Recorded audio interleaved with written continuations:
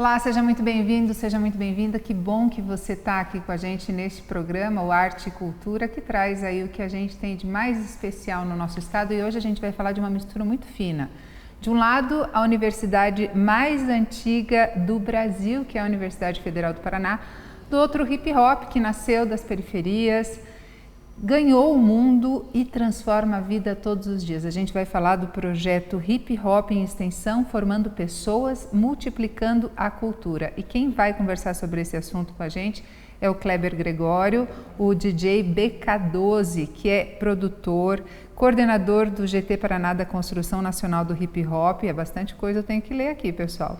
E um dos criadores dessa ponte entre a rua e a universidade. Obrigada por estar aqui com a gente, é um prazer. Eu que agradeço, é um prazer também poder estar aqui falando desse assunto. Queria te ouvir falar um pouquinho sobre o que é esse projeto Hip Hop em Extensão, formando pessoas, multiplicando a cultura. É o hip hop estudado no banco da universidade, é isso? É mais ou menos isso.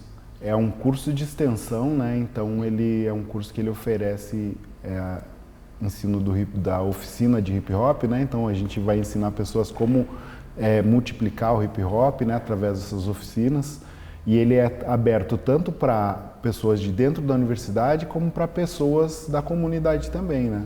Então ele é mais amplo, por ser um curso de extensão, ele não é propriamente dito assim, o estudar o hip hop dentro da universidade, mas sim juntar esses dois mundos, né? Um pouco do mundo acadêmico e também o mundo ali da cultura urbana, da cultura de rua, que é o hip hop, né? E é bem interessante porque, assim, a gente está com uma turma bem heterogênea de pessoas de dentro e pessoas que ainda não acessaram a universidade e muitas vezes estão entrando ali pela primeira vez ou uma das raras vezes que entrou. E é legal que eles começam a ter essa percepção de que eles podem estar ali, né? Como eu mesmo uma vez estava fora, fui lá fazer uma visita, sonhei em estar lá dentro da universidade e aí, com o tempo, a gente vai correndo atrás dos sonhos, né? Me conta uma coisa, você fez química. Sim. E aí, em que momento a música vem aqui, que é pra cá que você vai? Então, quando eu terminei o ensino médio, eu fiz vestibular para química na Federal mesmo, e entrei e fui estudando, levei uns 3 anos mais ou menos. E nesse período eu já trabalhava com produção sonora, trabalhava com hip hop, com as oficinas, né? E tinha um home studio, que na época era uma coisa assim que era pouquíssimo, isso era no final dos anos, no começo dos anos 2000, né? E aí surgiu o curso de produção sonora na Federal, e eu já adorava isso, já trabalhava com isso, e aí eu não pensei 2 vezes, eu fiz um sistema lá de dentro da universidade que chama Provar, e comecei a cursar música e deixei de cursar química e me formei e acredito que foi uma das melhores coisas que eu fiz na minha vida, assim, como uma satisfação pessoal mesmo, né, como objetivo de vida. E para tua família? Então, no começo foi mais complicado, assim, chegar a conversar, né, e pra gente que vem de uma origem humilde, assim, você conseguir acessar uma universidade federal, assim, tipo, e aí você, né, já fica naquela, tipo, eu não poderia deixar para fazer outra coisa, assim, largar, né, uma coisa assim tão importante. Então daí eu tive que explicar, é dentro da universidade mesmo, é um curso, mas é lá e tal. E aí nessa época também, eu tinha um grupo de rap, nessa época ainda era MC, a gente participou de um festival de música dentro da Universidade Federal, lá no Teatro da Reitoria. E a gente conseguiu ganhar um prêmio.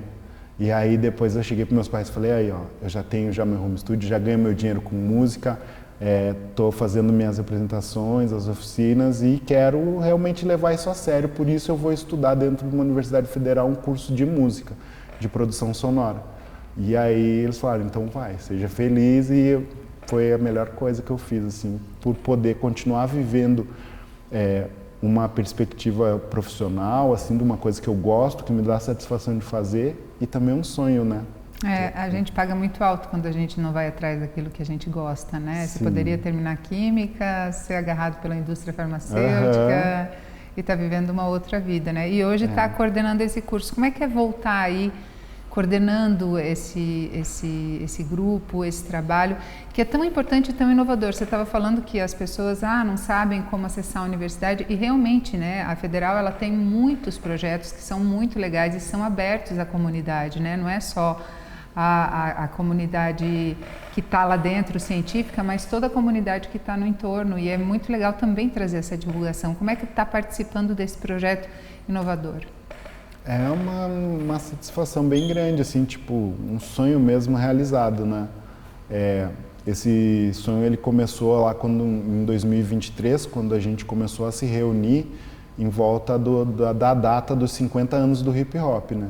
Então a gente conseguiu juntar pessoas do Brasil inteiro, de todos os estados e do Distrito Federal, em torno de um grupo de trabalho que se reunia quase que semanalmente para trabalhar para os 50 anos do hip hop, que era aquele ano de 2023. Aí, a partir daí a gente começou a se articular aqui também no Paraná, então a gente criou um grupo, fizemos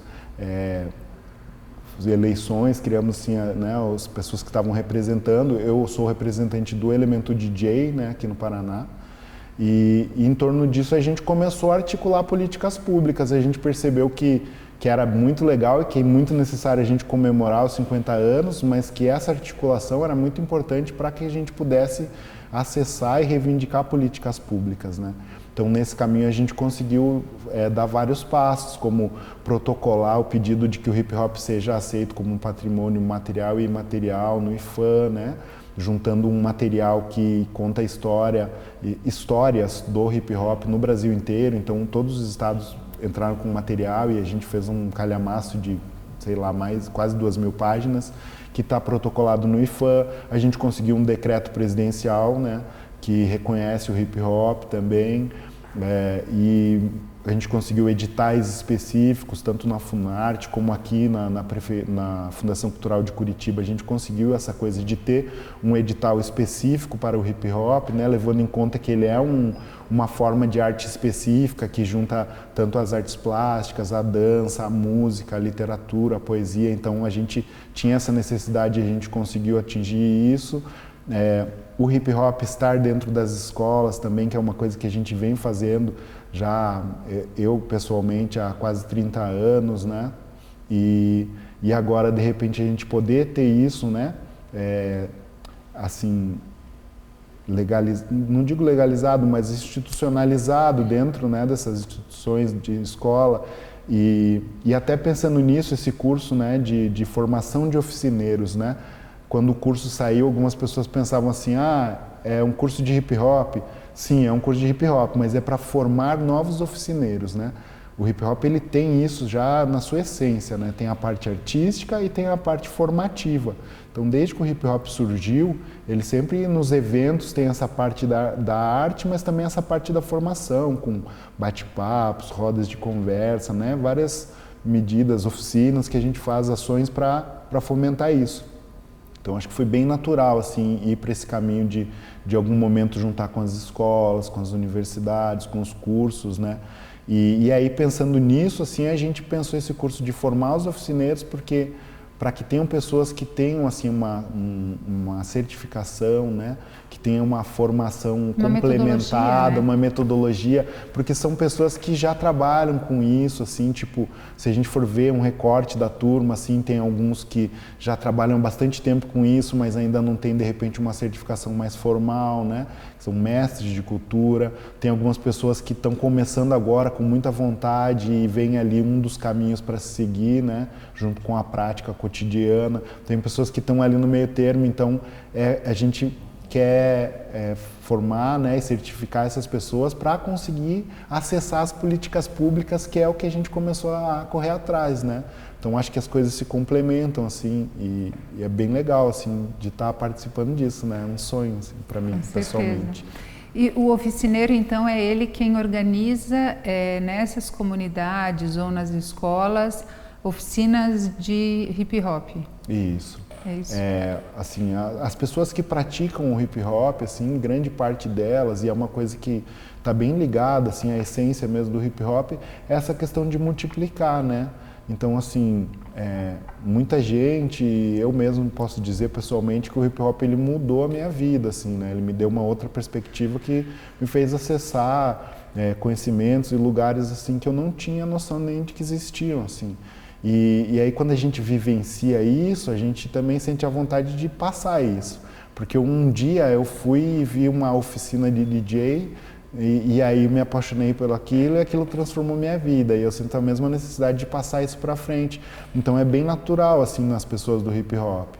Só que a gente tem feito, né, nos últimos 30 anos isso assim desde o começo bem independentemente, assim. Então a gente juntava nossas coisas assim num grupo, num coletivo, que a gente nem sabia que era um coletivo cultural, mas num grupo de pessoas se reuniam ali e levava, e entrava nas escolas e levava isso, e fazia nos eventos, fazia antes bate-papo, né, conversa, ações formativas mesmo. Então, assim, é bem natural para o hip hop e eu acho que é uma coisa que foi convergindo e a gente vendo que, pô, a gente precisa realmente disso, assim, né, cara?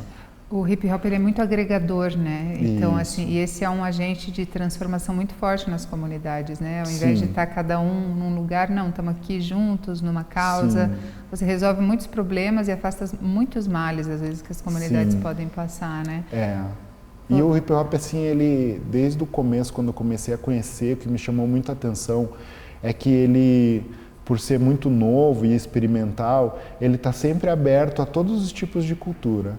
Então, quando a gente vai fazer, de repente, uma oficina, a gente chega lá e a gente conversa e começa a puxar algumas ideias e ver qual que é a realidade, o que aquelas pessoas se identificam. Quando é, por exemplo, uma oficina de música, a gente vê qual que é a bagagem musical deles. E aí, às vezes, a pessoa gosta de um outro estilo que não tem nada a ver, mas a gente mostra, ó, dá pra juntar e fazer hip hop com isso. Porque é um estilo de arte que ele é muito aberto às outras manifestações culturais, ele está sempre agregando, ele é agregador. E eu acho que por isso, assim, ele também aconchega as pessoas que chegam. Então, as pessoas que participam do hip hop, se você for ver hoje em dia, por exemplo, em eventos de batalha de rima, que são muito comuns aqui, você vai ver pessoas de todos os tipos, de todas as idades, de todos os gêneros, identificações, todo mundo convivendo em harmonia. A gente se aceita muito e se apoia, sabe? E é isso que a gente também quer passar nas oficinas, porque a gente muda o nosso comportamento, ele influencia, por exemplo, o nosso ciclo mais próximo da família, os amigos, e isso multiplica para a comunidade e para a cidade. Então é isso que a gente acredita muito no hip hop, né? Esse poder transformador, mobilizador que começa na base e vai se enraizando e multiplicando, né? Muito legal.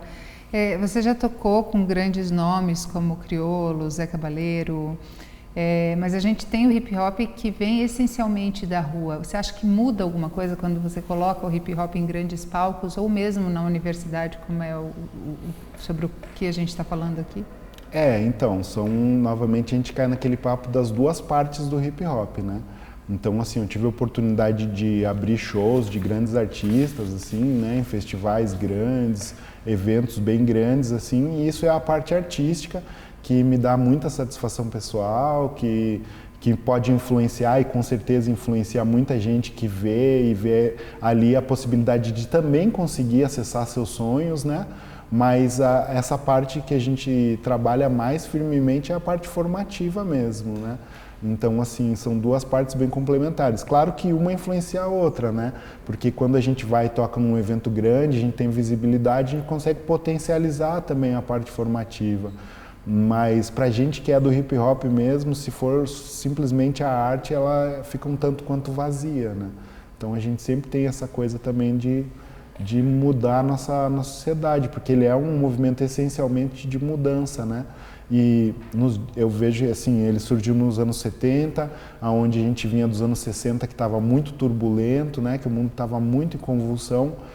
E ele passou depois pelos anos 80 e 90, quando as coisas estavam relativamente melhores, mais pacificadas. E agora, em 2026, ele se torna novamente importantíssimo perante a situação que a gente encontra, né, no planeta todo, né, de guerras, de crise climática, justiça climática, todas essas questões que são tão importantes, né? Hoje em dia, ele torna novamente o hip hop como esse movimento de protesto e de questionamento e de mudança tão importante, até por acessar tanto a juventude, né? Da gente poder conscientizar, porque eu acredito assim piamente que conscientização vai ser muito mais eficiente na mudança, né, das novas gerações do que qualquer outras medidas que possam ser tomadas, assim. Com certeza. Curitiba é uma cidade elitista, muitas vezes é chamada de Europa brasileira, tem esse nome, esse chamamento, essa ideia, e é uma cidade muito segregada, né? Mas também acaba escondendo a força negra que a gente tem aqui. Você acha que o hip hop é uma forma de resgatar essa cultura, essa origem mesmo negra que a gente tem aqui? Creio que sim, porque volta naquilo que a gente estava falando, dele ser um movimento que é agregador, que ele tem múltiplas facetas e assim, ele é de origem matriz africana, né? E ele vem resgatar a autoestima, o autoconhecimento, o conhecimento ancestral. Então são várias coisas assim que a gente vai exaltando durante a parte artística, na temática das músicas, na temática dos grafites e da poesia e nos passos de dança, como também nas oficinas, né? Então a gente vem trazer essa questão da autoestima, né? Da afirmação, do empoderamento das pessoas. Pertencimento, né? A cultura ancestral, que é tão importante, que às vezes a gente acaba se perdendo, né? E ficando às vezes meio assim sem norte, mas a gente tenta trazer essas questões, né? E da superação, porque é através disso que a gente tenta demonstrar e estimular que a gente pode superar esse tipo de situação. E graças a Deus, assim, no que eu tenho visto, eu moro em Curitiba, eu sou natural de Jundiaí, em São Paulo, mas eu vim para Curitiba nos anos 80, no começo dos anos 80. Então já vivo aqui há algumas décadas e eu tenho visto que a gente tem o movimento negro, os movimentos marginais aqui, eles têm cada vez mais se organizado, têm ganho força e a gente está vivendo tempos melhores, apesar de ainda estarmos com muitos problemas, né? Que a gente vai ter que continuar por muito tempo indo, né, fazer uma contraforça a isso e tentar superar nossos problemas, mas a gente tem melhorado muito e o hip hop é isso mesmo, assim, é dar força para essas pessoas para que a gente possa superar isso, né, e transformar a nossa realidade. Esses dias eu li que para as questões de gênero ainda vão 200 anos para haver algum tipo de igualdade. Eu imagino que para as questões raciais possam ter até mais tempo, né, mas o que fazer nesse tempo a não ser lutar, né, e trabalhando, porque de braço cruzado é que realmente não dá para esperar. Sim. Você comentou que o curso nasceu depois das mobilizações pelos 50 anos em comemoração ao hip hop em 2023. Como é que foi essa negociação com a UFPR, de fazer a universidade entender que não, gente, o hip hop também é conhecimento, também é pesquisa, sim, também merece um espaço para estar aqui dentro? Então, a gente... por participar assim, né, de encontros, de eventos, ações assim ligadas a políticas culturais, a gente começou a ter alguns contatos ali e aí um dos nossos, né, o Berkeley, que é um dos nossos representantes do GT, ele teve um contato com o pessoal que trabalha com a questão dos quilombos, né, aqui no Paraná. E a gente conversou com a professora Liliana Porto, né? E ela gostou muito da ideia. Aí a gente teve assim uma confluência de coisas muito boas que aconteceram, assim. Então ela conversou com o nosso saudoso professor Paulo Vinícius, né? E ele achou excelente a ideia. Ele já conhecia um pouco mais de hip hop e acreditou muito nisso.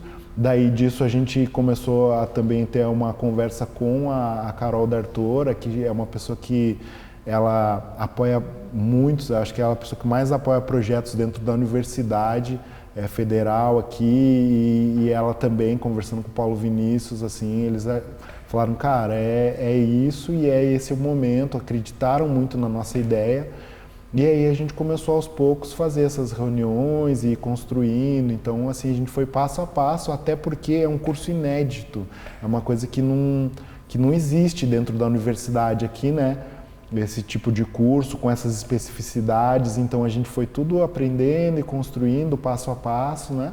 E estamos aí agora com as aulas acontecendo, né? Foi mais de 2 anos de reunião, assim, todas elas voluntárias, assim, então foi um trabalho muito árduo, mas muito gratificante também, assim, até da gente vivenciar essa coisa de ver cada degrau indo se construindo, assim, tipo, vai chegar lá, uma hora a gente vai conseguir estar lá dentro, né?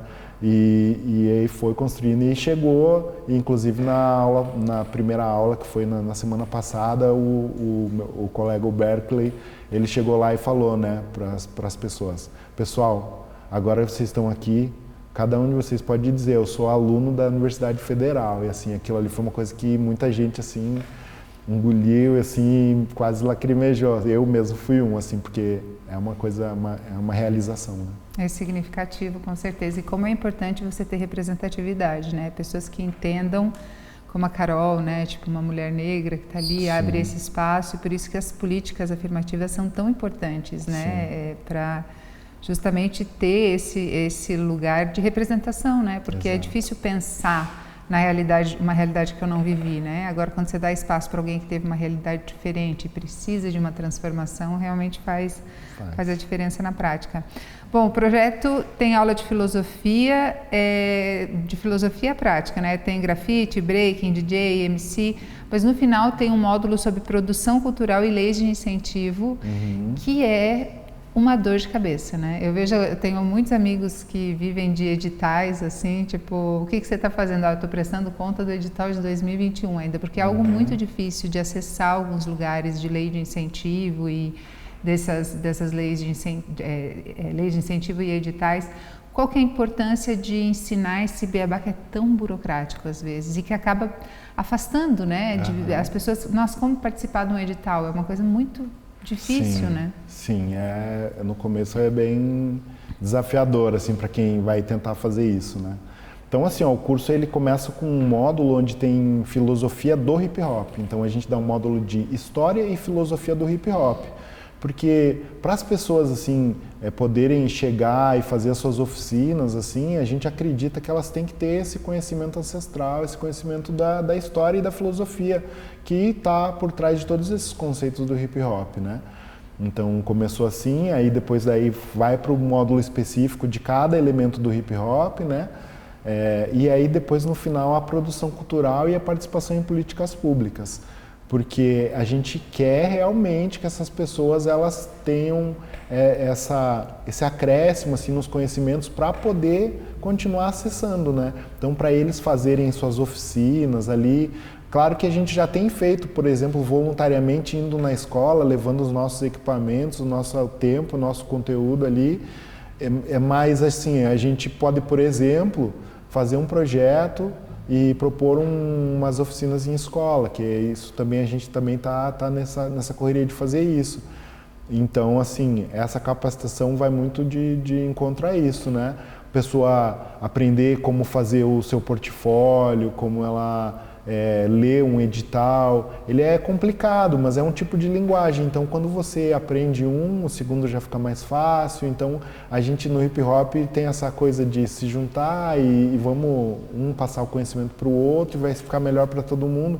Então, é muito importante essa parte da capacitação, né? Da produção de evento também, né?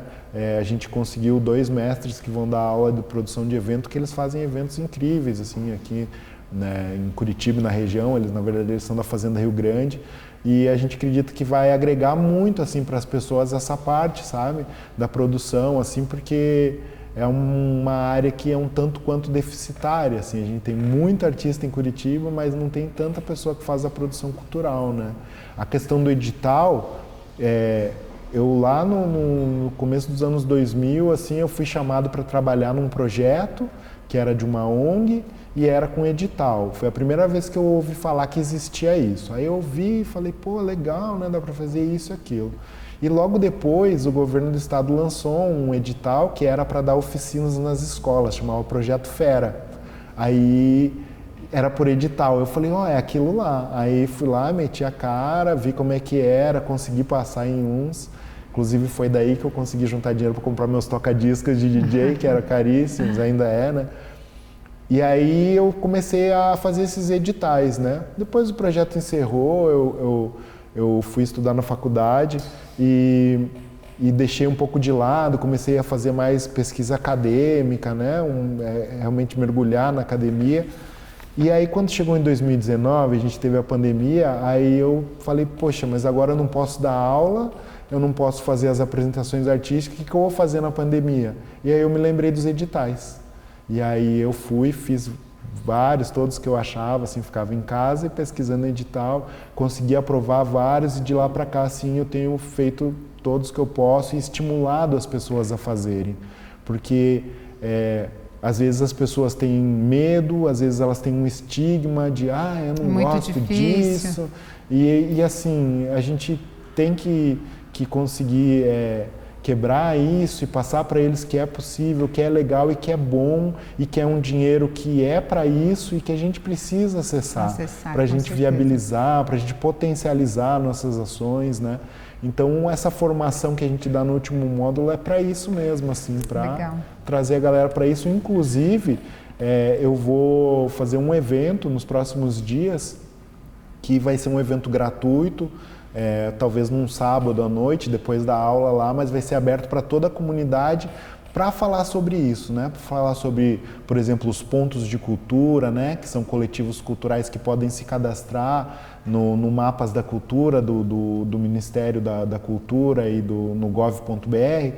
Então você faz lá um cadastro, você recebe um certificado de ponto de cultura, você pode, como um coletivo cultural, começar a acessar verbas também para custear batalhas de rima, batalhas de slam, rodas de break, rodas culturais em geral, né? Então às vezes as pessoas não sabem nem que elas são um coletivo cultural e que elas podem acessar políticas públicas. Então vou fazer esse evento aí, quem quiser saber fica ligado nas minhas redes sociais, que em breve vai acontecer aí ainda, eu acho que no mês que vem agora, no meio do mês que vem. A gente já fala as tuas redes, o pessoal já está dizendo que eu tenho que encerrar e a conversa está tão boa, eu quero só perguntar uma coisa, o projeto tem 79 estudantes e oferece 30 bolsas de permanência, ou seja, uma graninha ali todo mês para essa galera, qual que é a importância disso? É fundamental.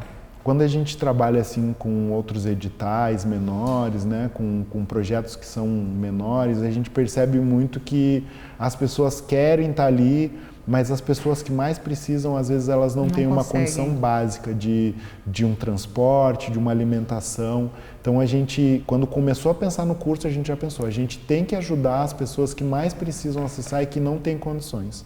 Então a gente deu um jeito de montar um fundo, que é o fundo do GT estadual, que é esse coletivo que articula tudo isso, né? A gente montou um fundo do GT e a gente ofereceu para metade das vagas uma bolsa para que eles pudessem custear o seu transporte, a sua alimentação durante todas as aulas. Então foi lá, assistiu a aula, na saída a gente faz o Pix e aí consegue que essas pessoas fiquem no curso, né? Não tem evasão, assim como tem evasão na universidade. Então a gente vê que é importantíssimo ter esse auxílio, né? Para que as pessoas possam acessar e que no futuro elas não precisem mais por já estarem profissionalizadas, por já estarem ali desenvolvidas no hip hop. E possam ajudar outras pessoas, né? Exato, com certeza. A multiplicação. Vale a gente lembrar que metade dessas vagas foi destinada a pessoas trans, negras, indígenas e quilombolas, o que também é muito importante, são as políticas aí afirmativas. Nosso bate-papo, infelizmente, chegou ao fim por uma questão de tempo. Fala tuas redes aí, quem quiser saber mais das próximas turmas. Certo. Tem uma turma em andamento agora, né? Isso, a gente tem essa turma que está em andamento e a gente está ainda fechando esse ciclo para daí pensar no próximo ciclo, né? E a gente vai, quem quiser ficar ligado nas redes, né? Então tem o meu Instagram, que é @djbrk12oficial, e a gente também tem o @hiphop em extensão, que é o Instagram oficial do curso, né, onde a pessoa vai ter todas as informações. Vai aparecer aqui na tela para você. Isso, muito obrigado. E eu queria te entregar aqui um kitzinho que a gente fez para os alunos, né? E que a gente vai entregar para você também. Tem aí dentro o livro, né? Que é o que a gente construiu para esse curso. Então a gente fez um grande trabalho com dezenas de mestres do hip hop, escrevemos esse material para ser utilizado no curso e também para ficar aí para a posteridade, para pessoas que quiserem dar oficina aí já tem o material, para conhecer mais da história do hip hop, tanto no mundo como um pouco aqui de Curitiba também, certo? Tem um bloquinho aí, um cordãozinho, são brindes que a gente fez, né, do nosso projeto. Bloquinho, hip hop em extensão, que legal. E é isso, a gente está lá, vai ter agora essas aulas agora no mês de abril e maio, e aí no final de maio a gente vai ter um grande evento, que vai ser o evento de formatura, onde a gente está preparando uma festa bem legal e vai ser aberta à comunidade, então a gente quer convidar todo mundo para participar aí desse projeto, né? Ficar ligado com a gente para as próximas turmas, porque a gente quer perpetuar isso, que isso aí seja bem legal para o futuro aí, para o nosso presente. Legal, ó, adorei a entrevista, adorei a conversa, torcendo para que tenham muitas outras turmas, que esse projeto cresça cada vez mais, floresça, abra mais vagas aí para mais pessoas possam estudar e multiplicar essa arte que é o hip hop, que é uma arte tão inclusiva que faz tanta diferença. Obrigada, estamos aqui torcendo que esse projeto cresça e que faça cada vez mais oficineiros e mais se multiplique aí pelas comunidades. Obrigada pela entrevista. E é isso, minha gente. Para você que ficou com a gente até agora, muito obrigada também. Hoje a gente bateu um papo com o DJ BK12 sobre o hip hop na universidade. Um beijo para você e até a próxima.